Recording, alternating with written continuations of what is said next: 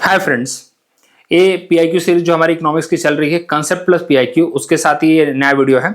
अब यहाँ पे पहले क्वेश्चन पे आते हैं। With reference to the Indian economy after the 1991 economic liberalisation, consider the following statement. पहली बात है, इकोनॉमिक जब हमारा लिबरलाइजेशन हुआ या फिर एलपीजी रिफॉर्म जब 1991 में आया, तो उसकी वजह से बहुत ज़्यादा एफडीआई फ्लो हमारी कंट्री में आया। तो हमें देखने को मिलता है कि सर्विस सेक्टर का ग्रोथ हुआ और साथ ही साथ बहुत ज़्यादा मास माइग्रेशन भी हमें देखने को मिलता है रूरल एरिया से अर्बन एरिया में। ऑल्दो ऐसा नहीं कि पूरी तरह से लोग अर्बन एरिया में आ गए, लेकिन वर्कफोर्स अर्बन एरिया में ज़्यादा बढ़ा है as compare to the rural area. Rural area में जो लोग थे वो अभी स्टेगनेंट थे, कहीं ना कहीं अपने खेती बाड़ी में ही लगे थे, जो नहीं निकले वहां से। अदरवाइज बहुत सारे लोग वहां से निकलना चालू हो गए, न्यू स्किल सीखना चालू हो गए। ये सब चीज़ें हमें देखने को मिलता है। और उस टाइम पे बहुत ज़्यादा जो हमारा 7 5 ईयर प्लान चल रहा था, उसने भी बहुत ज़्यादा बूस्टअप दिया था ये सब चीज़ों को। क्योंकि देखिए, इकोनॉमिक लिबरलाइजेशन की प्लानिंग आपको लगता है 1991 में डायरेक्ट हो गई थी? नहीं, उसकी प्लानिंग ऑलरेडी 7 5 ईयर प्लान से चल रही थी। ये सब थॉट था कि we have to open our market, और शुरुआत हो रखी थी, थोड़ी धीरे धीरे हो रखी थी, लेकिन उसको अल्टीमेट रिजल्ट हमने 1991 में दिया। चलिए, अब यहां पे बात करते हैं workers productivity increase in the urban area while it's decrease in rural area. पहली बात है कि वर्कर प्रोडक्टिविटी दोनों जगह पे बढ़ी है। ऐसा नहीं कि अर्बन एरिया को फायदा हुआ तो रूरल एरिया को ऐसा नहीं कि बिल्कुल भी नहीं फायदा हुआ, फायदा हुआ वहां पे। ओके, जो नॉन फार्म एक्टिविटी है उसका ग्रोथ हुआ, ऐसा देखने को मिलता है। ओके, तो यहां पे ये स्टेटमेंट पूरी तरह से अपने आप को मतलब बोलते हैं थोड़ा सा वेग है कि रूरल एरिया में डिक्रीज हुआ, ऐसा नहीं बोल सकते। रूरल एरिया में भी इंक्रीज हुआ है, लेकिन अर्बन एरिया के मुकाबले कम इंक्रीज हुआ है। तो इसलिए बोलते हैं ना कि यहां पे अर्बन में बढ़ा है तो रूरल में भी बढ़ा है, लेकिन रूरल में कम बढ़ा है, बस इतनी सी बात है। तो ये स्टेटमेंट गलत हो गया। The percentage share of rural area in the workforce steadily increase. तो देखिए, रूरल एरिया में परसेंटेज शेयर नहीं इंक्रीज हुआ है, अर्बन में इंक्रीज हुआ है। रूरल एरिया से लोग निकल के अर्बन में आए हैं ना, तो रूरल में कैसे? रूरल में तो घटेगा ना वर्कफोर्स। ठीक है, तो ये तो गलत हो गया। In rural area the growth in the non farm in economy increase. Non farm मतलब जैसे कि अपना किसी ने नॉन फार्मिंग के हिसाब से अगर देख सकते हो तो अपना डेयरी फार्मिंग हो गया, स्मॉल स्केल मैन्युफैक्चरिंग हो गया, रिटेल सर्विसेज हो गई, उसके बाद आप पोल्ट्री फार्मिंग जैसे बोलते हैं ना, एनिमल को आप अपने मुर्गी पालन हो सकता है, मछली पालन हो सकता है, फिश फार्मिंग हो गया। ये सब चीजें बढ़ने को देखने को मिलती है। प्लांटेशन एग्रीकल्चर हमें देखने को मिलता है, लेकिन ऑल थोड़ा तो मतलब उसके subsidiary along with that subsidiary भी उसके बहुत बड़े हैं। फार्मिंग के से जो अटैच थे वो भी मतलब मिक्स फार्मिंग का कल्चर हमारी कंट्री में ज्यादा बड़ा है, ये भी बोल सकते हैं। The growth rate in the rural employment decreased. तो ये तो बात सही है। आज भी हम देखते हैं कि ग्रोथ रेट उतना नहीं है, तो क्योंकि जो 1991 का इकोनॉमिक लिबरलाइजेशन था उसका फायदा हमें अर्बन में ज्यादा देखने को मिलता है, रूरल में थोड़ा कम देखने को मिलता है। ठीक है, तो डिक्रीज तो है। ग्रोथ रेट की बात हो रही है। देखिए, अब दोनों में अंतर समझिए। यहाँ पे वर्कर्स प्रोडक्टिविटी था, यहाँ पे ग्रोथ रेट है, दोनों में अंतर है। ठीक है, तो वर्कर्स प्रोडक्टिविटी रूरल एरिया में भी बढ़ी है। प्रोडक्टिविटी मतलब एक वर्कर कितना काम कर पा रहा है, उससे काम या फिर उससे कितना आउटपुट जनरेट हो रहा है, ये तो डेफिनेटली बढ़ा है विद अ टेक्निकल एडवांसमेंट। ये सब चीजें हमें देखने को मिलता है, लेकिन ग्रोथ रेट अभी भी हमारा रूरल एम्प्लॉयमेंट की उतनी नहीं बढ़ी है, कमी हुई है, अभी भी हम उससे स्ट्रगल कर रहे हैं। ठीक है, तो यहाँ पे फोर्थ वाला सही हो जाएगा, थर्ड वाला सही हो जाएगा। इस ऐसे क्वेश्चन को अटेम्प्ट करने के लिए थोड़ा अंडरस्टैंडिंग चाहिए होती है, और अगर अंडरस्टैंडिंग नहीं है तो प्लीज ऐसे क्वेश्चन को छोड़ देना चाहिए, एक हम्बल रिक्वेस्ट होती है। ठीक है, चलिए आगे बढ़ते हैं। Consider the following statement in the relation to the Janani Suraksha योजना। पहली बात आपको पता होनी चाहिए कि जनानी सुरक्षा योजना जो है ह्यूमन से रिलेटेड है, पहली बात। तो अब इसका कंसेप्ट ये है कि जो मदर जो प्रेग्नेंट है, जो लेडी प्रेग्नेंट है, उसकी सुरक्षा की बात हो रही, पहली बात तो ये है। अब एक किस टाइप की बेनिफिट स्कीम है भाई? ए मैटरनिटी बेनिफिट स्कीम है, पहली बात। ये थोड़ा कुछ चीज दिमाग में रखा करिए। कभी कभी डायरेक्टली ऐसे भी क्वेश्चन आते हैं, क्योंकि देखिए आईएएस में क्वेश्चन थोड़ा बहुत कॉम्प्रिहेंसिव आता है, जो सीडीएस एनडीए सीपीएफ में आता है उसी का सब पार्ट उठा के आता है। कभी कभी उठा के भी दे देते हैं, बट मेनली उसका सब पार्ट आता है, ये मैंने देखा है। टॉपिक अगर आप वो करके जा रहे हो ना, मैं तो कितनी बार तो यही करता था, हायर लेवल के पेपर सॉल्व कर लो, लोअर लेवल तो ऐसे निकल जाता है, सच बता रहा हूं मैं। ठीक है, तो जनानी सुरक्षा जो बीमा सुरक्षा योजना है वो आपका मैटरनिटी बेनिफिट स्कीम से एसोसिएटेड है। ठीक है, ये बात आप लिख लीजिए कहीं, मैटरनिटी बेनिफिट से रिलेटेड है, आपको ये बात दिमाग में रखिए। इसको लॉन्च किया गया था 2005 के अंदर, पहली बात तो ये दिमाग, 2025 में 2005 के अंदर इसको लॉन्च किया गया था, और इसको as a part of the national social assistance programme एक कंपोनेंट है उसका, कि मतलब ना जो औरतों को, ये देखिए इसका एक भी पार्ट है कि पहले ना औरतें क्या करती थी ना, जैसे घर के अंदर ही अपना बच्चा पैदा करवा लिया, उसमें यार औरतों की जान जाने की ज्यादा चांसेस रहते हैं। पहले की आपको देखो, अभी आप बोलोगे कि नहीं ऐसा थोड़ी होता, अरे भाई पहले की बहुत रूढ़िवादी सोच थी, पहले के लोग हॉस्पिटल जाना नहीं चाहते थे, तो गवर्नमेंट ने स्कीम निकाली कि यार अगर वो आते हैं यहाँ पे, वो यहाँ से मेडिकल केयर लेते हैं हॉस्पिटल के थ्रू, तो उनको जब बच्चा पैदा होगा तो उनको असिस्टेंस दिया जाएगा, उनको पैसे दिए जाएंगे, 2000 4000 कुछ तो भी दिया जाएगा उनको। तो यहाँ पे वो चीजें ऐड की गई, इसलिए it is a part of the national social assistance programme. ठीक है, चलिए, तो ये तो पहली बात है। It is a safe motherhood intervention, बिल्कुल सेफ मदरहुड तो है, स्टेट हेल्थ डिपार्टमेंट का नहीं है, नेशनल हेल्थ डिपार्टमेंट का है, इसीलिए इस बात को आप दिमाग में रखेंगे। नेशनल हेल्थ मिशन का पार्ट है, किसका पार्ट है? नेशनल हेल्थ मिशन का पार्ट है, नेशनल हेल्थ मिशन का पार्ट है, ना कि स्टेट हेल्थ डिपार्टमेंट। तो पहला वाला गलत होगा, ऑल दो स्टेट मदरहुड, सेफ मदरहुड बिल्कुल है भाई, ठीक है। और टारगेट ये भी है कि रूरल एरिया में जो रूरल हेल्थ मिशन है हमारा, उसके लिए भाई, क्योंकि देखो शहर में तो लोग जाते ही हैं, शहर में तो औरतें हमें देखने को मिलता जाती हैं, गांव में नहीं जाती हैं, इसीलिए टारगेट है। ऑब्जेक्टिव क्या है? Maternal and the neonatal mortality, मतलब बच्चा भी पैदा नहीं हुआ है तो या फिर जो नया नया है वो भाई, उसकी भी आप जो मदर है उसकी भाई सुरक्षा करिए, तो उसकी जान बचाइए, इस चीजों को, ये टारगेट है हमारा। ऐसा ना हो कि भाई, क्योंकि देखने को मिलता है हमारे यहाँ पे मेडिकल केयर उतने अच्छे नहीं है, या फिर औरतें हॉस्पिटल तक जाना नहीं चाहती हैं, तो दैट्स वाई। तो स्पेशल फोकस उन स्टेट पे यहाँ पे रहता है जहां पे लो परफॉर्मिंग है, मतलब औरतों की जान चली जाती है, जो गर्भवती महिलाएं हैं, उसके ऊपर टारगेट है। तो डेफिनेटली सेकंड तो स्टेटमेंट पूरी तरीके से सही है। Aim to promote the institutional delivery, देखो वही तो बोला था, इंस्टीट्यूशनल डिलीवरी मतलब आप आइए, आप हॉस्पिटल में आएंगे डिलीवरी कराए, घर पे मत करिए। चलिए, तो स्टेटमेंट भी सही हो गया। Its objective include providing public health facility to sick infant up to the 1 year of the age, बिल्कुल सही है, इसको 2014 में ऐड किया गया था।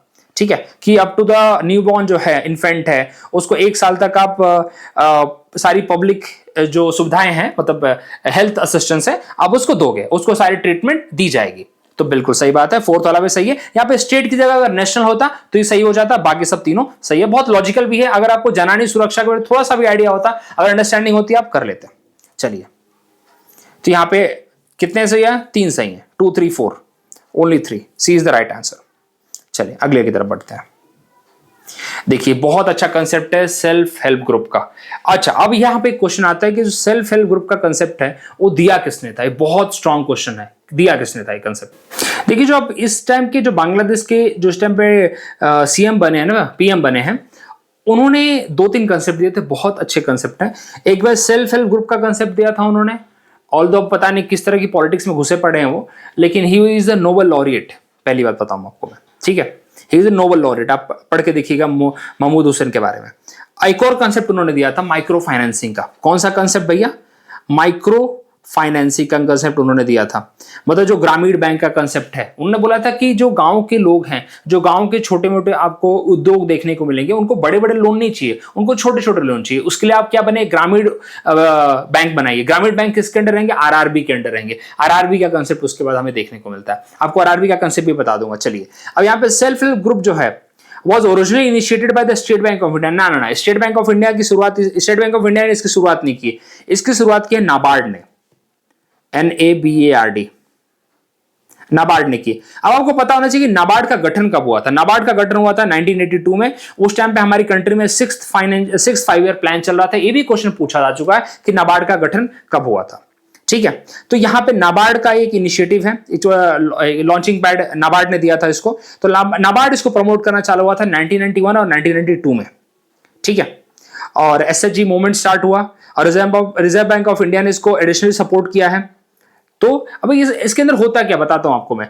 देखिए, SHG क्या करते हैं, सेल्फ हेल्प ग्रुप, 10 लोगों ने अपना ग्रुप बनाया, मान के चलिए 10 लोगों ने अपना ग्रुप बनाया, 10 लोग अपना एक नाम देंगे ग्रुप का, सो एंड सो, जो भी आप ABC अपने नाम पे लोन लेंगे, 10 वहां पे इक्वली रिस्पॉन्सिबल रहेंगे, लोन लेंगे और कोई बिजनेस चालू करेंगे छोटा सा। चलो मानता हूं ऑटो का ही बिजनेस चालू किया, ऑटो चलाने का, लोन लेके ऑटो खरीदा उन्होंने, ऑटो चलाना चालू किया। सब 10 उसके अंदर इन्वॉल्व हैं और फिर अपना उससे बिजनेस ग्रो कर रहे हैं, अपना लोन पे कर रहे हैं, ये सब चीजें करते हैं लोग, ठीक है। औरतें क्या करती हैं? औरतें अपना डेयरी का कुछ बिजनेस चालू करती हैं, या फिर अपने कढ़ाई बुनाई का कुछ बिजनेस चालू करती हैं, साड़ी का कोई बिजनेस चालू करती हैं, ये सब इनके साथ करती हैं। ये आपको बहुत जगह पे कम्युनिटी ग्रुप भी इसको कहते हैं, कम्युनिटी ग्रुप कहा जाता है, बहुत जगह अलग अलग नाम है इसके, अलग अलग एरिया में नाम है, लेकिन that is called self help group. खुद को ही सपोर्ट करेंगे। और कैसे भाई, हर महीने एक, आपने देखा होगा हर महीने है ना एक सेट रहता है कि आप 5,000 रुपए 10,000 रुपए ऐसे आके जमा करोगे, अपना कुछ तो भी ऐसा सेट रखा जाता है। तो ये सब चीजें की जाती हैं, लोग करते हैं, अपना कुछ अपना फिक्स रूल रखा जाता है इनका। सच से आपके एरिया में भी होता होगा ये सब चीजें। चलिए, तो ये पहला स्टेटमेंट गलत हो जाता है, because state bank of India ने नहीं, इसको नाबार्ड ने 1991 और 1992 के टाइम पे चालू किया था। और नाबार्ड का गठन हुआ था 1992 में। पर्पस ये है to provide refinancing to RRBs और ग्रामीण बैंक, इनको रीफाइनेंसिंग करने के लिए। और साथ ही साथ डायरेक्ट आप नाबार्ड से लोन नहीं ले सकते। नाबार्ड क्या करेगा, आपको एक तरह से कोई बड़े बड़े एग्रीकल्चर प्लान है तो उसको रीफाइनेंस करेगा। ये सब नाबार्ड के काम होते हैं, ठीक है। डायरेक्ट इन्वॉल्वमेंट ना हो कि इनडायरेक्ट तरीके से बैंकों के थ्रू आपको लोन प्रोवाइड कराएगा। ओके, चलिए अब यहां पे बात करते हैं in an SHG all member of the group take responsibility for the loan that an individual members take. बिल्कुल सही बात है, वही तो आपको बता रहा था इससे पहले, ठीक है। It's a collective responsibility of the एसएचजीज to repay the loan and that's why every member of the group take the responsibility for a loan at that individual member take। कहने का मतलब ये, तो यहां पे देखिए 10 लोग मिलकर अगर अपना बिजनेस एक साथ चालू कर रहे हैं, मतलब सब कलेक्टिवली रिस्पॉन्सिबल हैं, तो देयर इज हाई चांस, क्योंकि इकलौते बंदे के अंदर क्या पता उतना दम ना हो करने का। सिंपल सी बात है ना। ओके, जैसे कि 5 दूध वाले हैं, मान के चलिए 5 दूध वाले हैं और 5 दूध वाले अपना एक बिजनेस चालू करना चाहते हैं। पहली बात तो अब उन्होंने बिजनेस क्या चालू किया, अपना एक डेयरी फार्म खोल लिया, या डेयरी फार्म नहीं, चलो एक दुकान खोल ली, एक अपनी दुकान खोली, दूध की दुकान खोली, दूध के जो मटेरियल बनते हैं उसको लोग बेचते हैं, वहां पे एक्सपोर्ट करते हैं अपने यहां से।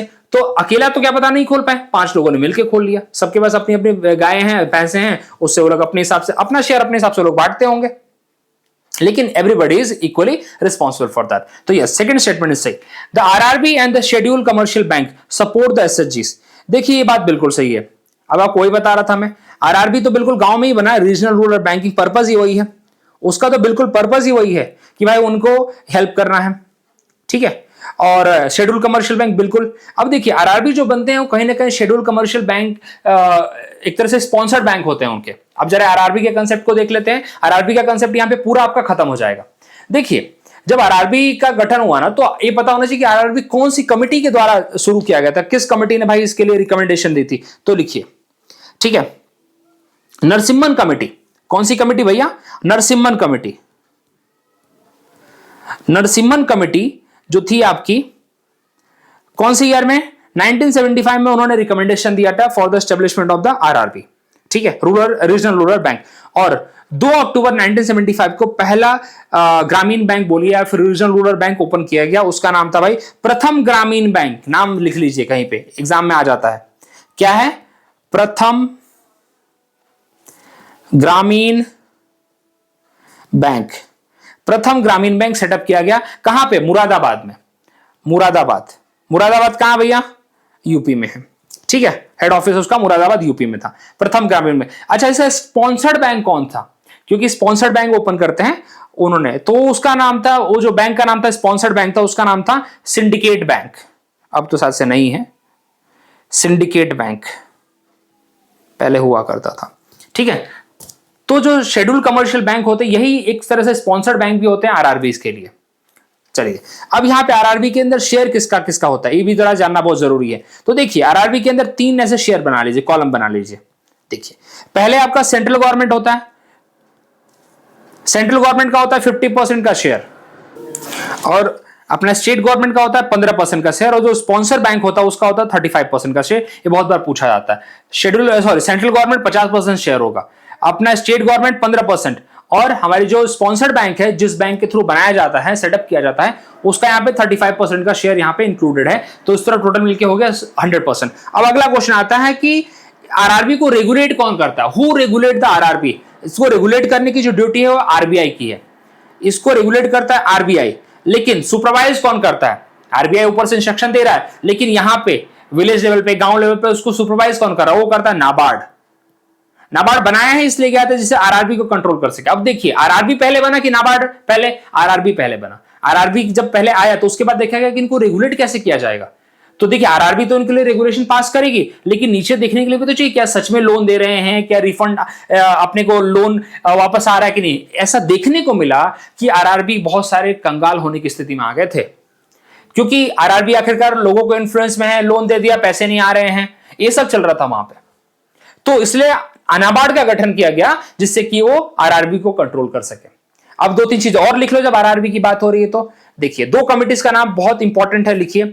भंडारी कमेटी, मैं लिखवा देता हूं आपको, जरा बहुत ज्यादा कचरा हो गया यहां पे। पहली कमेटी लिखिए Bhandari committee. Bhandari committee, Bhandari committee 1994 और 1995 में गठन हुई थी, मतलब वही टाइम है, उसमें रिपोर्ट उन्होंने दिया था। और दूसरा लिखिए बसु कमेटी, अगले साल इसके बसु कमेटी। अगर पूछा जाए कि भंडारी कमेटी और बसु कमेटी किससे एसोसिएटेड है, तो आप दिमाग में रखिए both are associated with restructuring of the RRB, regional rural bank को रिस्ट्रक्चर करना। क्योंकि यहां पे भी बहुत ज्यादा परिवारवाद आ गया था, मतलब ना एक परिवार ही हैंडल कर रहा है पूरा इस बैंक को, अपने हिसाब से पैसे को हेरफेर कर रहा है, ब्लैक मनी घुमाने का काम कर रहा है, ठीक है, ये सब चीजें यहां पे चला करती थी। तो दैट्स वाई अभी भी पहले तो आरआरबी बहुत ज्यादा हुआ करते थे, बाद में उसको भाई रिस्ट्रक्चर करके बहुत कम कर दिया गया, बहुत सारे आरआरबी को मर्ज कर दिया गया, ठीक है। तो this is all about the RRB, self help group, बहुत सारी चीजें यहाँ पे। नाबार्ड के बारे में आइडिया हो गया हमें, ठीक है। नाबार्ड तो चलिए, नाबार्ड यहाँ पे एग्रीकल्चर लोन ये सब के बारे में देखता है। और जब एमएसएमई की बात आती है तो कौन सा बैंक आता है, कौन सा मतलब आता है, सिडबी आता है, सिडबी, ठीक है। एग्जाम में क्वेश्चन पूछे जाते हैं यार ये सब। चलिए आगे बढ़ते हैं हम लोग, काफी चीजें ऐसी क्लियर होती हैं। प्रधानमंत्री जन धन योजना हैज बीन लॉन्च्ड फॉर। अब देखो प्रधानमंत्री जन धन योजना पहली बार जब हमारे मोदी जी आए तो उन्होंने लॉन्च किया था, ये बात आप दिमाग में रखिए। अब क्यों किया था सोचिए। हमारे यहाँ पे 2014-15 तक, देखिए बहुत अच्छा क्वेश्चन 15 में ही पूछा उन्होंने। देखिए उस टाइम क्या होता था ना कि हमारे यहाँ के लोग ना बैंक में अकाउंट नहीं ओपन करते थे। जब बैंक में आपका अकाउंट ओपन नहीं होगा तो आपकी बैंकिंग हैबिट नहीं बढ़ेगी, बैंकिंग हैबिट नहीं होगी या बैंक में पैसा नहीं रहेगा तो एक तरह से बोलते ना कि बहुत कम है, बहुत छोटा सा चंक रहेगा बैंकिंग सर्विसेज यूज करने का, तो बैंक के पास उतना पैसा नहीं आएगा। बैंक के पास जब पैसा उतना नहीं आएगा तो बैंक को बार बार ना रीफाइनेंसिंग लेनी पड़ेगी सरकार से, ठीक है, आरबीआई के थ्रू, तो बार बार सरकार से रीफाइनेंसिंग की जरूरत पड़ सकती है। तो सोचा उन्होंने कि अगर मैं इतनी सारी अगर डायरेक्ट बेनिफिट ट्रांसफर चलाना चाहता हूं, मैं करप्शन को रोकना चाहता हूं, मैं बीच में एजेंट्स को हटाना चाहता हूं, मैं तो मैं चाहूंगा कि बिल्कुल लोगों का अपना अकाउंट हो। आज देखिए पहले तो सिलेंडर के पैसे भी ना आपको मतलब बोलते हैं कि डायरेक्ट बेनिफिट ट्रांसफर नहीं था, पहले सिलेंडर के पैसे जो ऊपर के आते थे ना वो कैश में आया करते थे। तो प्रॉब्लम ये थी कि हर जगह पे एजेंट हुआ करते थे, हर जगह पे एजेंट हुआ करते थे। तो उसको हटाने के लिए हमें आपका बैंक अकाउंट रहेगा तभी तो उसको आपके क्या बोलते हैं सर्विस जो स्कीमों से जोड़ा जाएगा। तो ये सब टारगेट था उनका, आगे का प्लान ये सब था, ठीक है। और सबसे बड़ी बात लोगों को बैंकिंग से कनेक्ट करना था, तो it is called financial inclusion. Financial inclusion का पर्पस था यहां पे, ठीक है। और ऑलरेडी आपको समझा चुका हूं कि जब बैंक के पास पैसा आएगा बैंक इन्वेस्ट करेगा तो उससे क्या बोलते हैं और मल्टीप्लायर इफेक्ट होंगे उसके, इन्वेस्ट करेगा तो और जगह जगह पे भाई कंपनी फैक्ट्री वो अलग अलग जगह पे इन्वेस्ट करेंगे, लोगों को जॉब मिलेगी। तो दिस साइकिल ऑलवेज कंटिन्यू। आपको आई थिंक मेरे पीआईक्यूज में समझा भी चुका हूं कि मनी मल्टीप्लायर इफेक्ट क्या होता है। जब आप कहीं इन्वेस्ट करेंगे तभी तो मनी मल्टीप्लाई होगी, घर के अंदर तिजोरी में दबा के रखोगे तो मनी मल्टीप्लाई नहीं होगा। तो ये मोदी जी का ये भी कंसेप्ट था। और दूसरा कंसेप्ट उनका सेकंड ये भी था कि जब लोगों के अकाउंट ओपन कर दूंगा तभी तो सारे बेनिफिट जो मुझे देने हैं, बेनिफिट चलो तुम बोलोगे क्या ही बेनिफिट दे रहा, तुम्हारे अपने पर्पस है, मेरे को उससे मतलब नहीं है, लेकिन कम से कम लोग बैंक तक तो गए, लोगों को सर्विसेज पता तो चली, ओके, ये सब इंक्लूड तो हुए, सिस्टम में तो आए हो। अदरवाइज इससे पहले हर बार वही बीच में मिडिल एजेंट हुआ करते थे। बैंकिंग आज के टाइम पे गांव में बैंकिंग सर्विसेज सुधर गई हैं। अभी भी अगर आप अगर गांव में नहीं जाते हैं तो जाइए के अगर अभी देखिए, ठीक है, पहले के मुकाबले तो बहुत ज्यादा सुधरी हैं। चलिए आज आपको बैंक मित्र देखने को मिलते हैं, बहुत ये सब छोटी छोटी चीजें हैं, लेकिन गांव लेवल पे बहुत बेनिफिट होती है यार। हम शहर में बैठ के सब चीजों को नहीं पता कर पाते, लेकिन जो पीपल गांव में इसको स्ट्रगल करते थे वो समझ पा रहे हैं सब चीजों को। तो बिल्कुल यस, फालतू का ज्ञान दे रहा हूं बट लेकिन all this things are equally important. इसको भी फ्रेम करके क्वेश्चन बनते हैं। डिस्गाइज अनएम्प्लॉयमेंट, यहीं से शुरुआत कर रही थी मुझे, लेकिन सोचा कि वो भी जरूरी था। देखिए ऑलरेडी डिस्गाइज अनएम्प्लॉयमेंट के बारे में बात कर चुका हूं मैं, लेकिन अब सुनिए। एक प्लॉट है जिसमें चाहिए सिर्फ 5 लोग काम करने के लिए, लेकिन मेरे घर पे 2 और वेले लोग बैठे हैं। मैंने बोला तुम भी चलो काम करने के लिए, क्या करोगे बैठ के? बोले हाँ चलो हम भी कुछ हसुआ कुदाड़ लेके जाते हैं खेत में कुछ काम कर लेंगे। बोले हाँ चलो चलो तुम भी चलो। लेकिन इस प्लॉट के ऊपर 5 लोग का जो काम था वो अब 7 लोग कर रहे हैं। अब बोलोगे प्रोडक्टिविटी में कुछ इंक्रीज हो, तो बोलेगा हाँ थोड़ा जल्दी हो जाएगा, आधा घंटा पहले हो जाएगा। अरे वो आधा घंटा पहले नहीं भी होता तो भी कोई फर्क नहीं पड़ना था। क्वेश्चन क्या हो, फर्क ही नहीं पड़ता। अभी जो 5 लोग थे उनको मिलने वाले थे 500 रुपए, अब ये 2 लोग और जुड़ गए, 7 लोग हो गए। तो जो कॉन्ट्रैक्टर था उसने बोला देखो भाई मेरे पास तो 500 ही है, मैं दूंगा तुमको 500 ही, तुम अपने हिसाब से 7 लोगों में बांट लो। सिंपल सी बात है। तो कहने का मतलब क्या है, क्या यहां पे 500 की जगह उसने 700 दिया? क्या उसने नहीं दिया, कॉन्ट्रैक्टर ने सिर्फ 500 ही दिया। लेकिन पहले 5 लोगों में बैठ रहे थे, अब 7 लोगों में बैठेंगे। तो यहां पे क्या प्रोडक्टिविटी बढ़ी? नहीं।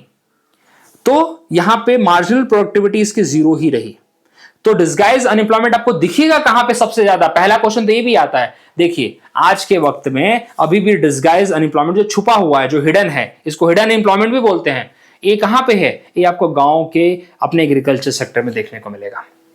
ये दिमाग में रखिए। तो ये जो सबसे खतरनाक टाइप का अनएम्प्लॉयमेंट है, this is not good for the country. Okay, इस टाइप का अनएम्प्लॉयमेंट। एक और अनएम्प्लॉयमेंट होता है, उसको बोलते हैं स्ट्रक्चर्ड अनएम्प्लॉयमेंट। अभी देखिए वो क्या होता है, चलो इसका आंसर तो बता देता हूं मैं। वो हमारी कंट्री के लिए अच्छा है, that type of unemployment is good for my country, लेकिन this kind of unemployment is not good. वो होता है स्ट्रक्चर्ड अनएम्प्लॉयमेंट। अब तुम बोलोगे स्ट्रक्चर्ड, देखिए आखिरकार तो अनएम्प्लॉयमेंट है, ये किस तरह से अच्छा है भैया? देखिए अब मैं आपको बताता हूं किस तरह से ये वाला सिस्टम अच्छा है। अब आपको एक एग्जांपल के तौर पे समझाना चाहता हूं। मैं I worked as a teacher in the DPS. Okay, Delhi public school में मैंने काफी 2 साल काम किया था। मैं देखा काफी टेक्निकल चीजें वहां पे होती हैं। आजकल teaching is all about technicality, काफी चीजें वहां पे समझ में आपको आनी चाहिए। नहीं आती तो भाई आप उसके काबिल नहीं है, सीधी बात है। आपको बोलते थे भाई आप बोरिया बिस्तर पैक करिए, निकलिए यहां से। तो क्या हुआ? तो तुम बोलोगे अरे बहुत बुरा हुआ, एक पुराना टीचर था जो 10 साल से वहीं पे काम कर रहा था, लेकिन अब उसने टेक्निकल चीजें बस नहीं सीखी इसलिए उसको निकाल दिया। देखिए कहने में तो, देखने में तो बहुत बुरा लगता है, लेकिन जब इकोनॉमिक पर्सपेक्टिव से हम देखते हैं तो अच्छी बात है। क्योंकि स्ट्रक्चर अनएम्प्लॉयमेंट क्या होती है कि भाई if you are not fit to the job, you will leave, simple as that. तो आपकी जगह कोई दूसरा आएगा, आपसे ज्यादा स्किल्ड आएगा। तो यहां पे स्ट्रक्चर अनएम्प्लॉयमेंट क्या करता है? आपको फोर्स करता है कि आप सीखिए, आप नई चीज सीख के आइए जो आपकी जरूरत है। आज के टाइम पे हमारी कंट्री में अगर स्ट्रक्चर्ड अनएम्प्लॉयमेंट है तो इसका मतलब हमारे आज भी यूथ की प्रॉब्लम है। यूथ बोलता है मैंने डिग्री ले ली है, लेकिन क्या डिग्री के साथ क्या जॉब के लिए जो चाहिए वो सीखा है क्या? क्वेश्चन तो ये है। मुझे पता है बीए की डिग्री, बीएससी की डिग्री कितना फ्री में बढ़ती है। मैं एमएससी की डिग्री मैं भी ऐसी घूम फिर के लेके आया हूँ, क्योंकि that time I was running a business. एक छोटा सा अपना चला रहा था मैं, अपनी क्लासेस चला रहा था। छोटा सा नहीं था, उसके ऊपर I was earning around 20-25 lakh. Okay, तो उतना चल रहा था वो। तो मेरे को एमएससी की डिग्री फ्री की मिल गई। बोला हाँ पता है, नहीं आता है। तो अब मैंने कुछ सीखा क्या एमएससी में जाके? नहीं सीखा। मैंने एग्जाम पास किया तो मुझे पता है कैसे डिग्री मिलती है, but what is required for the job आपको करना पड़ेगा। तो ये स्ट्रक्चर एम्प्लॉयमेंट की बात करता है। क्या आपको मार्केट में सस्टेन करने के लिए सीखना है तो सीखिए, नहीं सीखना है तो पीछे हटिए, कोई दूसरा आएगा। तो this is good for my country but this is bad for my country. तो आपसे कोई पूछे कि कौन सा अनएम्प्लॉयमेंट अच्छा है कंट्री के लिए, स्ट्रक्चर्ड अनएम्प्लॉयमेंट अच्छा है और डिस्गाइज अनएम्प्लॉयमेंट खराब है। दिमाग में रखिए, इट इज हिडन अनएम्प्लॉयमेंट। आज को ये तो बहुत ज्यादा एग्रीकल्चर सेक्टर में, कॉन्ट्रैक्टर वाले सेक्टर में, मतलब अपने कंस्ट्रक्शन वाले बिजनेस में ये देखने को मिलेगा, माइनिंग में देखने को मिलेगा। ज्यादा करके आपको जो डिस्गाइज अनएम्प्लॉयमेंट है प्राइमरी सेक्टर में बहुत ज्यादा देखने को मिलेगा, और स्ट्रक्चर तो आपको ज्यादा करके सर्विसेज में, टर्शियरी सेक्टर में आपको ज्यादा देखने को मिलेगा। वहां पे तो बोलते एक हटा दूसरा है, एक हटा दूसरा है, तू नहीं है तो कोई दूसरा आएगा। सिंपल सी बात है। चलिए, होपफुली आपको 2 चीज मैंने समझा दी है। चलिए, to obtain the full benefit of the demographic dividend. Demographic dividend मतलब, डेमोग्राफिक डिविडेंड मालूम है क्या होता है? 0 से 15 साल आपके बच्चे की एज है, आप डिपेंडेंट है, ठीक है। 15 से लेकर 60 साल आपकी वर्किंग में आ जाती है, आपके ऊपर पूरी दुनिया डिपेंडेंट हो रही है। और 60 से लेकर अगेन आपके मरते दम तक अगेन डिपेंडेंसी वाली एज है, जब तक आप मर रहे हैं। तो कहने का मतलब इसको बोलते हैं अपना डेमोग्राफिक डिविडेंड, कि कैसे हमारी एज ग्रुप में हम डिवाइडेड हैं, कैसे हमसे बेस्ट निकाला जा सकता है। तो अपने, मुझे अगर डेमोग्राफिक डिविडेंड का फुल बेनिफिट लेना है तो मुझे उनको सिखाना पड़ेगा, मुझे उनको प्रमोट करना पड़ेगा, मुझे उनको ज्ञान देना पड़ेगा, मुझे उन्हें स्किल सिखानी पड़ेगी, तब जाके मैं अपने पूरे डेमोग्राफिक का फायदा ले सकता हूं। मुझे समझ में आना चाहिए कि 0 से 15 साल का बच्चा जो है किस लायक है, क्या सिखाना है उसे, जिससे कि वो जब आगे काम करने के लिए जाएगा तो क्या क्या चीजें कर सकता है। ठीक है, हमारे यहां पे जो पुराना कल्चर था ना, वोकेशनल कोर्सेज दिया जाता था। जब मैकॉले की शिक्षा नीति आई थी 1835 में, तो लिटरली उन्होंने हमको क्लर्क बना दिया, और हम आज तक उसी तरह बने हुए हैं। ये चीज बहुत लेट रियलाइज होती है एज अ पर्सन, मुझे भी और जो जो पढ़ लिख के निकल गया उनको भी, ठीक है। लेकिन अभी तक हमारे जो टीचर्स हैं, जो स्कूल का सिस्टम है, उसको अभी तक मुझे लगता है अभी तक वो चीज समझ में आई नहीं है, अभी तक स्टिल गोइंग ऑन, ठीक है। फिर भी बोलते हैं शिक्षा में सुधार करो, सुधार करो। ओके, ये हमारी सिस्टम अभी इसी तरीके से चल रहा है। ओके, तो ये कहानी है। तो डिविडेंड अगर, चलो वो छोड़ दो यार, अगर डेमोग्राफिक डिविडेंड अगर हमें सुधारना है और अच्छा करना है, we need to promote the skill development, ठीक है। चलिए, सोशल सिक्योरिटी किसको देंगे? सोशल सिक्योरिटी तो 60 वालों को चाहिए ना यार, सबको थोड़ी चाहिए सोशल सिक्योरिटी। ये तो आपको ओल्ड एज को आप प्रमोट कर सकते हैं, इतना सोशल सिक्योरिटी उनको चाहिए। वैसे तो देखिए सबको चाहिए, लेकिन ठीक है चलिए कोई मतलब नहीं, मेजर यहाँ पे ये चीज है, ठीक है। प्राइवेटाइजेशन ऑफ हायर एजुकेशन, अच्छा ये तो बहुत खतरनाक बात हो रही है, उल्टी बात हो रही है यहाँ पे सीधा।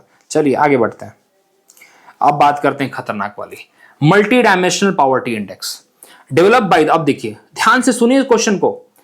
अगला क्वेश्चन यहां से बनता हुआ दिख रहा है मुझे, एक क्वेश्चन दिख रहा है मुझे यहाँ पे, who prepare the multi dimensional poverty index, Oxford poverty and human development initiative, that is UNDP.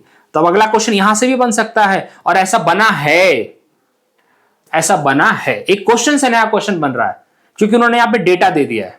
तो तुमको अगली बार बनाने वाला होगा कोई पेपर तो सीधा बोल देगा, अच्छा बताओ मल्टी डायमेंशनल पॉवर्टी इंडेक्स कौन सी ऑर्गेनाइजेशन प्रिपेयर करती है? यूएनडीपी तो प्रिपेयर करती है, यूएनडीपी के साथ कौन प्रिपेयर करता है बता दो, काम खत्म। तो यहां से ये देखिए एक क्वेश्चन के अंदर क्वेश्चन बनता है। तो ये सब चीजें नोट करिए, पता नहीं आप किस तरह से पढ़ते हैं, लेकिन ये तरीका होता है पढ़ाई करने का, यही तरीका होता है पीआईक्यू को थॉरली स्टडी करने का। मेरा तो यही तरीका है, मैं आपको यही चीजें बताना चाहता हूं। तो देखिए अब अगला यहाँ पे एवीज पे भी देखते हैं, ऑप्शंस पे भी। पहले आपको पता होना चाहिए कि जो मल्टी डायमेंशनल पॉवर्टी इंडेक्स है उसके अंदर आता क्या है, फिर बाद में ऑप्शन बताता हूं मैं। इसके अंदर क्या क्या इंक्लूडेड है पहले ये लिख लीजिए। पहला है health, health HELTH, health. Health के अंदर क्या क्या आएगा ये लिख लो, child mortality, child mortality, nutrition, nutrition मतलब ये भी, मतलब चाइल्ड मोर्टालिटी और चाइल्ड न्यूट्रिशन, तो ये भी इसके साथ चला जाएगा, ठीक है। पहला हो गया हेल्थ, दूसरा हो गया एजुकेशन। एजुकेशन में क्या आएगा, कितने साल उसने भाई पढ़ाई की, ईयर ऑफ स्कूलिंग कितनी है, ये हमारे एसडीआई का भी पार्ट है वैसे, बाय द वे बताओ। स्कूल में अटेंडेंस कितनी है उसकी, बच्चा सिर्फ स्कूल में एडमिशन लेके बैठा हो कि जाता भी है, स्कूल में अटेंडेंस कितनी है उसकी, ठीक है। और थर्ड आएगा उसका standard of living. Standard of living के अंदर दुनिया भर की चीजें आती हैं।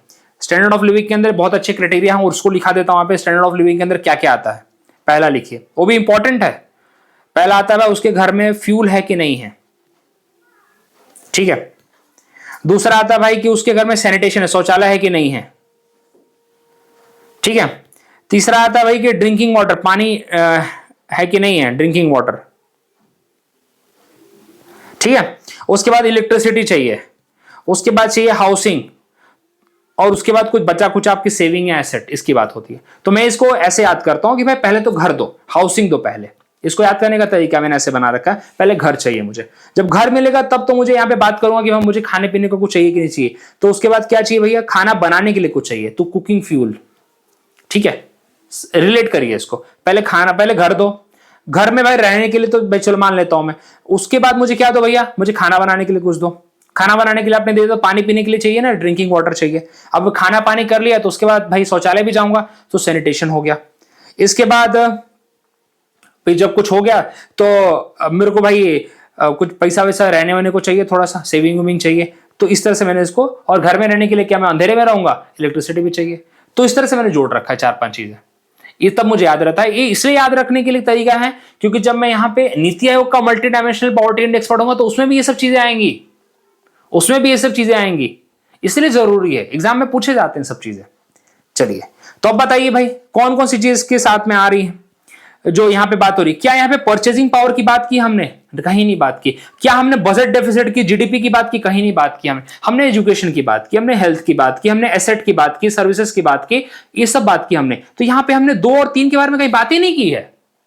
तो मल्टी डायमेंशनल पॉवर्टी इंडेक्स जो ऑक्सफोर्ड और यहाँ पे यूएनडीपी दे रहे हैं वो किसके बारे में बात कर रहे हैं, एजुकेशन के बारे में बात कर रहे हैं। वो बात कर रहे हैं यहाँ पे हेल्थ के, बच्चे की हेल्थ के बारे में, न्यूट्रिशन के बारे में बात करें, और स्टैंडर्ड ऑफ लिविंग के बारे में बात करें। स्टैंडर्ड ऑफ लिविंग कैसे पता चलेगी, जब मेरे पास घर रहेगा, घर के अंदर मेरे पास खाना बनाने के लिए कुकिंग फ्यूल रहेगा, वो केरोसिन यूज कर रहा हूँ कि एलपीजी यूज कर रहा हूं मैं, कि कौन सा चीज यूज कर रहा हूँ, उसके ऊपर डिपेंड करता है, ठीक है। फिर ड्रिंकिंग वाटर, क्या ढंग का पानी मिल रहा है, क्या इलेक्ट्रिसिटी है, क्या अभी भी मैं लालटेन जला के काम चला रहा हूं। उसके बाद क्या घर में शौचालय है कि खेत में जाना पड़ रहा है, और क्या घर में कुछ बची कुछ पूंजी है कि बस हर रोज जितना दिहाड़ी पे कमा के आ रहा हूं उसी का काम चल रहा है? ये सब चीजें हमारे स्टैंडर्ड ऑफ लिविंग को डिफाइन करती हैं और होपफुली यही डिफाइन करती हैं। तो only one is the right answer. GDP और यहां पे बजट डेफिसिट की कोई बात नहीं हो रही है, माफ करिए, परचेजिंग पावर पैरिटी की कोई बात नहीं हो रही। So only one is the correct answer which talk about the. अब दिमाग में रखिए कि यूएनडीपी और ऑक्सफोर्ड पॉवर्टी यहां पे रिपोर्ट क्या देते हैं? यहां पे रिपोर्ट देते हैं मल्टी डायमेंशनल पॉवर्टी इंडेक्स। चलिए आगे बढ़ते हैं।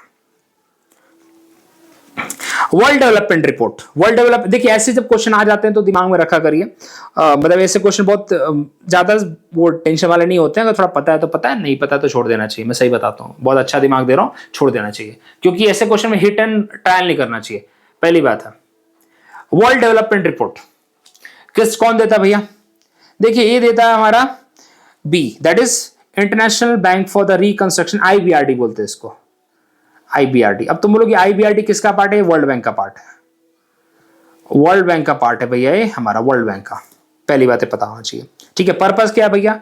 अरे अच्छा, IBRD का पर्पस क्या है? देखिए जितने भी अपने जैसे इंडिया जैसे डेवलपिंग कंट्री होगी और जितने भी डेवलपिंग कंट्री होते हैं उनको लोन देता है, ये इसका काम है IBRD का, ठीक है। उसको रिस्ट्रक्शन के लिए, रिकंस्ट्रक्ट करने के लिए, मतलब एक तरह से उनके डेवलपमेंट के लिए लोन देता है, ठीक है।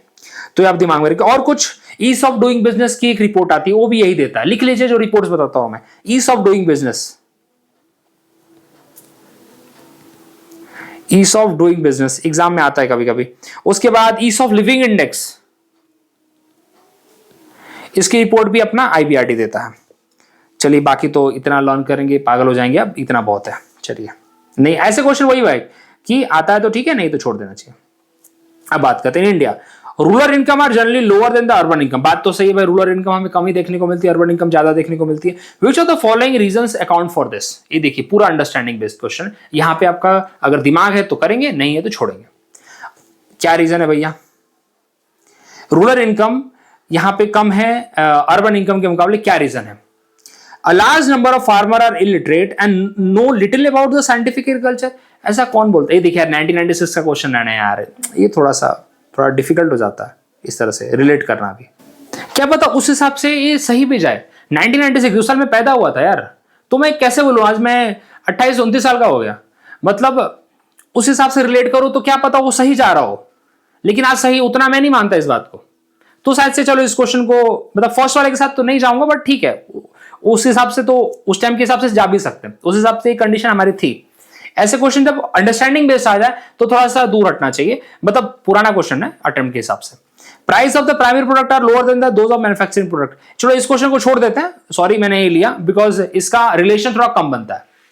ये अंडरस्टैंडिंग बेस्ड क्वेश्चन है और वो भी 1996 का है, एग्रीकल्चर से रिलेटेड है, तो उतना नहीं बना पाएंगे हम लोग, क्योंकि अब रूरल इनकम और अर्बन इनकम में अंतर आ चुका है, अब हमारे स्टैंडर्ड्स बदल चुके हैं, ठीक है। चलिए अगले को देखो। अब बताओ यहां पे UNDP has identified the following category for poverty. Again UNDP क्या देता है भैया? यूएनडीपी देता है global multi dimensional poverty index. कौन देता है भैया? यूएनडीपी देता है। अभी पढ़ा ना हमने ऑक्सफोर्ड के साथ, ऑक्सफोर्ड पॉवर्टी के साथ। तो उन्होंने भाई यहां पे क्या क्या चीजें दी हैं, इनकम पॉवर्टी और ह्यूमन पॉवर्टी दोनों के बारे में बात करते हैं, ठीक है। तो this is the which is correct, both are the correct, ठीक है। Both are correct, both A and B are the correct. क्या क्या भैया आता है? पुअर हेल्थ हो गया, इनसफिशिएंट एजुकेशन हो गया, लोअर स्टैंडर्ड ऑफ लिविंग हो गया, इस सब के बारे में बात करते हैं, कॉम्प्रिहेंसिवली स्टडी करते हैं, ठीक है। जो हमने वहां पे पढ़ा ना कि मल्टी डायमेंशनल पॉवर्टी इंडेक्स में क्या क्या चीजें चाहिए, वही अगर नहीं मिलता है तो बिल्कुल वही बात है। देखिए यहां पे पढ़ा था ना हमने, क्या था, किधर गया वो, एजुकेशन, हेल्थ, एसेट, ये सब। अगर ये सब चीजें नहीं है तो पॉवर्टी के अंदर आ जाते हैं, बात खत्म। और क्या, सिंपल सी तो बात है। ये देखिए दोनों आएगा ना, इनकम पॉवर्टी और ह्यूमन पॉवर्टी, बिल्कुल दोनों इसका पार्ट है। चलिए आगे बढ़ते हैं। With reference to the skill India campaign which are the following statement is are correct. बहुत सही क्वेश्चन है यार। Prime minister had launch the skill India campaign in July 2015, 2020। हाँ यार 2020 का क्वेश्चन 2015 में तो डिफिकल्ट हो जाता। चलिए बिल्कुल 2015 में उन्होंने लॉन्च किया था। Okay, the main objective is to of this campaign was to train Indian youth in information technology। नहीं, information technology देखिए अपने आप पे पढ़ के लगता है कि आईटी में थोड़ी सिर्फ ग्रो कराना है, हर एक फील्ड में होना चाहिए, तो ये स्टेटमेंट अपने आप पे गलत हो जाता है। अपने आप में खुद पढ़ के देखिए, सिर्फ आईटी में पढ़ाने के लिए देंगे क्या, ट्रेन करेंगे? भाई दुनिया भर की स्किल्स हैं उसमें सिखाने के लिए। भाई किसी को अगर मार्केटिंग में इंटरेस्ट है तो मार्केटिंग का ट्रेनिंग लेगा, किसी को अगर एचआर में इंटरेस्ट है तो एचआर में लेगा। सबको थोड़ी आईटी में कराना है भैया, किसी को प्लम्बिंग में लेना है तो प्लम्बिंग में लेगा, बात खत्म ना। चलिए तो इसलिए यहाँ पे एक खत्म है यहाँ पे, और सेकंड वाला गलत है, फर्स्ट वाला सही है, ज्यादा इसमें दिमाग नहीं लगाना है ऐसे क्वेश्चन में। चलिए ये तो आपको एग्जाम में पूछा हुआ निधि स्कीम के बारे में, निधि किससे रिलेटेड है, ठीक है, बहुत बार पूछा, आप लोगों को भी पूछ रखा है, अपने एनडीए और सीडीएस दोनों में पूछ रखा निधि के बारे में। निधि का फुल फॉर्म भी पूछ रखा, बता दो तो आपको मैं, अगर आप रिलेट करते होंगे तो आप अभी तक अगर आपने पीआईक्यू अटेम्प्ट कर रखा है तो आप समझ जाएंगे। निधि का फुल फॉर्म होता है भैया नेशनल इनिशिएटिव फॉर, लिख देता हूं मैं, national initiative for developing and harnessing innovation, मतलब बेसिकली इनोवेशन से रिलेटेड है, स्टार्टअप से रिलेटेड है, बिल्कुल। तो पहला लाइन सही है यहाँ पे। क्या है? National institute for developing and harnessing the innovation, NIDHI का फुल फॉर्म है, एग्जाम में पूछा हुआ है निधि के बारे में। ये भी पूछा हुआ है किससे रिलेटेड है, तो स्टार्टअप कल्चर से एसोसिएटेड है, पहला सही है। एक तरह से हमारा जो बच्चे हैं, ठीक है, उनको स्टार्टअप को प्रमोट करने के लिए, क्योंकि देखिए आज के टाइम पे सही बताऊं, स्कूल्स में स्टार्टअप का कल्चर के ऊपर बात होती है, स्कूल के अंदर छोटे छोटे स्टार्टअप चालू कराए जाते हैं, उनकी मीटिंग्स कराई जाती हैं, बड़े बड़े स्टार्टअप से लेके जाते हैं स्कूल वाले। ये तो थोड़ी चीज़ें मैंने अच्छी देखी हैं, कुछ चीज़ें अच्छी होती हुई देखी हैं मैंने। चलिए तो यहाँ पे 20 स्टूडेंट्स को बिल्कुल सपोर्ट किया जाएगा, और कितना दिया जाएगा भैया? 10 लाख, विथ 10 लाख तक का सपोर्ट उनको दिया जाएगा, अवार्ड ग्रांट उनको दिया जाएगा, बिल्कुल सही बात है, 10 लाख तक का, ठीक है। चलिए तो स्टेटमेंट पूरी तरीके से सही है। निधि से रिलेटेड एग्जाम में आपसे क्वेश्चन पूछा हुआ, फुल फॉर्म भी पूछा हुआ है, प्लीज आप दिमाग में रखिए इस बात को, इसलिए क्वेश्चन डाला है मैंने। आप जब क्वेश्चन अभी सीडीएस वाले भी कराऊंगा तो उसके अंदर भी डाल दूंगा मैं, उसके अंदर भी आपको देखने को मिल जाएगा, डालूंगा नहीं, मिल जाएगा। The number of person who remain unemployed for the major part of the year, कौन होता है भैया? डेली स्टेटस अनएम्प्लॉयमेंट होता है क्या उनका, या फिर यूजुअल स्टेटस अनएम्प्लॉयमेंट होता है? देखिए उनको बोलते हैं भाई यूजुअल स्टेटस, क्योंकि साल में भाई मेजर टाइम तो वो क्या हो रहा है, सिग्निफिकेंट ड्यूरेशन तो भाई अनएम्प्लॉयड रह रहे हैं। कौन से लोग होते हैं? मैं बोलूंगा तो बुरा मान जाओगे आप लोग, वो लोग होते हैं जो एग्जाम की तैयारी कर रहे हैं, ठीक है, उनकी वही कंडीशन है। इसलिए एग्जाम की तैयारी आप करें, एक बात आप सब लोग ध्यान से सुने, जब एग्जाम की तैयारी आप कर रहे हो तो ये जरूर ध्यान में रखें कि आप कहीं ट्यूशन पढ़ा रहे हो, या फिर आप कुछ अपने फाइनेंसेस तो खुद के उठा लिया करो। ये बात हाथ जोड़ के तुमसे विनती है, ठीक है। मैं तुमको सिर्फ अपना खुद का एग्जाम्पल दूंगा, कोई बहुत बड़ी एज नहीं थी, इट वॉज 20 और 21। हाँ, मैं सीडीएस की खुद की प्रिपरेशन कर रहा था, सोचा प्रिपरेशन करते करते क्यों ना दूसरों को भी पढ़ाया जाए, एंड दैट वर्कड वंडर। तो उसकी वजह से 4-5 साल, जब तक कोरोना नहीं आया, कोरोना की वजह से चीज़ें थोड़ी चौपट हो गई। अगर कोरोना से पहले I was like our team of 4 थे, हम 4-5 लोग थे, वी वर कंबाइन हमारा अराउंड 25-30 लाख हम ईयरली कमा रहे थे कंबाइन करके। तो ठीक है, 5-6 लाख पर हेड आता था, कोई बड़ी बात नहीं थी, साल का 5-6 लाख आ जाता है। कितने लोग तो जॉब करके कमाते हो इस टाइम पे, ठीक है। तो अपने हिसाब से कमा रहे थे, अपना काम करते थे, पढ़ाई भी करते थे, एसएसबी भी देते थे, सब कुछ। तो ये प्लीज कर लिया करिए, ठीक है। तो चलिए, ये तो ज्ञान की बात होगी, इसका आंसर होगा यूजुअल स्टेटस अनएम्प्लॉयमेंट, ठीक है। चलिए, डेली स्टेटस अनएम्प्लॉयमेंट क्या होता है भाई? अगर अब एक दिन के लिए अनएम्प्लॉयमेंट नहीं है तो, जैसे आप आज काम पे नहीं जा पाए तो उस दिन के लिए आप अनएम्प्लॉयड है, ठीक है, ये कंडीशन यहाँ पे होती है। और वीकली स्टेटस, जैसे कि आप एक महीने के लिए, सॉरी एक वीक के लिए, ओके। चलिए, और यहाँ पे यूजुअल स्टेटस मतलब अभी सिग्निफिकेंट टाइम तो अब अनएम्प्लॉयड ही है ना। The labour force participation rate falling sharply in the recent year for the female in India, क्या रीजन है भैया? तो फीमेल को क्यों बोला इन्होंने? यस, फीमेल की हमें देखने को मिलता है कि एक बार शादी हो जाती है तो लोग जॉब वॉब नहीं करते, बहुत एक रीजन हमें देखने को मिलता है शादी के बाद। क्योंकि अभी देखिए, एक बहुत अच्छा एग्जांपल आपको देता हूं मैं। There is a one quote I have heard somewhere, किसी एक ने, अच्छे आदमी ने बोला था कि एक लड़की को अगर उसकी इनकम 30 से 40 हजार है तो उसको एक अपने 50 से 60 हजार या 70 हजार वाले से शादी करनी चाहिए। क्यों करना चाहिए?